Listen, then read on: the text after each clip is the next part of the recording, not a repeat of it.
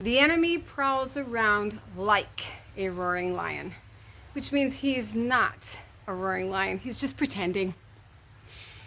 And what he's trying to do is knock you off your path. He knows every single thing that he can get someone else to say to you that will make you feel offended. Because he knows when you're offended, you're going to open your mouth and you're going to begin to curse. You're going to begin to recount your old stories and your old wounds and things that happened yesterday. And you are going to make a mess of your own life.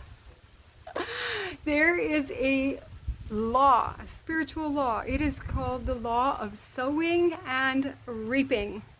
So if he can get you to sow curse words against other people, do you know what that person did to me? I know better now, and I'm going to remember, and every time I see that person, I'm going to be reminded, and I'm going to warn other people. And you sow, and you sow, and you sow, and what do you get back? A really ugly tree.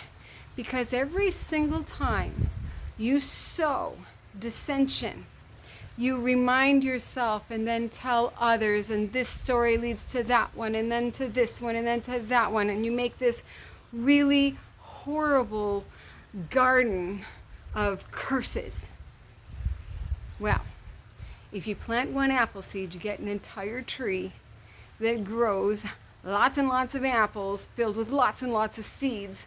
And then you sit back and you say, my God, why have you forsaken me? And he's like, you planted a garden with your mouth.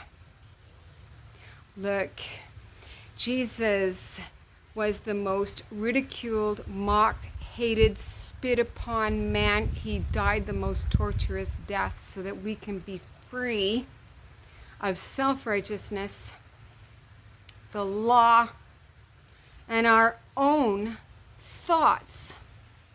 He's put his Spirit inside of us. He's given us the fruits of the Spirit. The first one being agape love. And the last one being self-control. And agape love says I can act like Jesus in spite of what is happening around me. And self-control means I can do it until the end. If you need this, type amen.